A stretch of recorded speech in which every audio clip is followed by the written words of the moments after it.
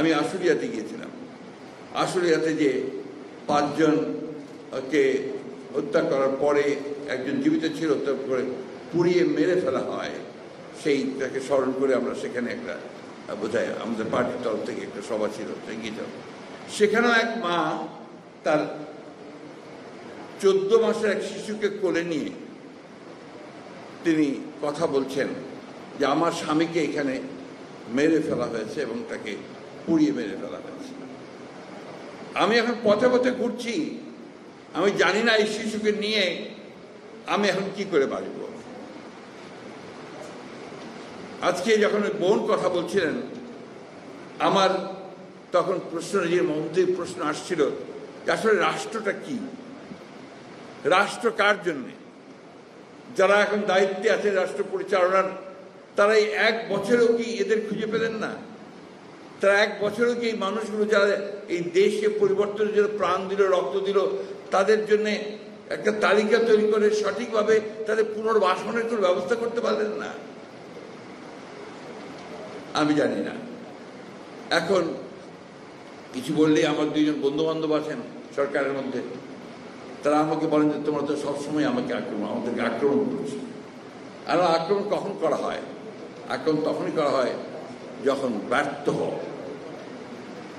এই কথা তো সত্য যে কাজটা ছিল যে অতি দ্রুত একটা নির্বাচনের মধ্য দিয়ে একটা নির্বাচিত সরকারের কাছে দায়িত্ব তুলে দেওয়ার, সেটা না দিয়ে ক্রমান্বয়ে বিভিন্ন রকম কতটা সংস্কার কমিশন যারা তৈরি করা হয়েছে আমার ঠিক জানা নাই।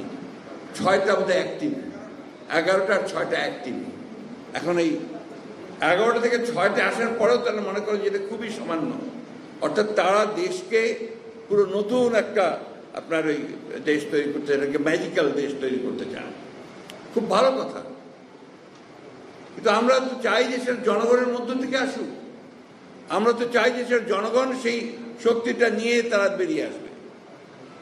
আমরা দুঃখের সঙ্গে বলতে বাধ্য হচ্ছি যে সরকারের কাছ থেকে আমরা সেই জিনিসটা দেখতে পাইনি। আমি 5 তারিখের অভ্যুত্থানের পরেই 7 কি 8 তারিখে আমরা একটা সভা করেছিলাম পল্টনের সামনে, আমাদের পল্টন মেডিকেলের সামনে। সেখানে আমি 3 মাসের মধ্যে নির্বাচন দাবি করেছিলাম। আমার খুব সমালোচনা হয়েছিল, আপনারাও করেছিলেন যে বিএনপি এত অস্থির হয়ে গেছে কেন, মির্জা আলমগীর ফখরুল এত অস্থির হয়ে গেছে ক্ষমতায় যাওয়ার জন্য। তখন কথাটা ছিল যে ক্ষমতায় যাওয়ার জন্য। আসলে এখন আপনারাই বলছেন যে ব্যাপারটা ক্ষমতায় যাওয়ার জন্য নয়, ব্যাপারটা হচ্ছে যার শক্তি, যার ক্ষমতা, যার মালিকানা, তার হাতে ক্ষমতা ফিরিয়ে দিতে হবে। আপনার প্রতিনিধি থাকবে না সরকারে, যারা দেশ চালাবেন, তো সেই সরকারে তো সমস্যা থাকবেই। একটা কথা বলার কেউ নেই, কাকে বলবেন, কি বলবেন? আমাদের কাছে এসে ভিড় করছে লোকজন যে আমাদের এই প্রবলেম হচ্ছে, এই প্রবলেম হচ্ছে, এই প্রবলেম হচ্ছে। কে বলবে? আগে তার এমপি ছিল, আগে তার মেয়র ছিল, তারা কথা বলতে পারতো, এখন কোথাও তারা কথা বলতে পারছে না। এই যে বিষয়টা সবাইকে অনুধাবন করতে হবে। তবে আমি অনুরোধ করব, এতটা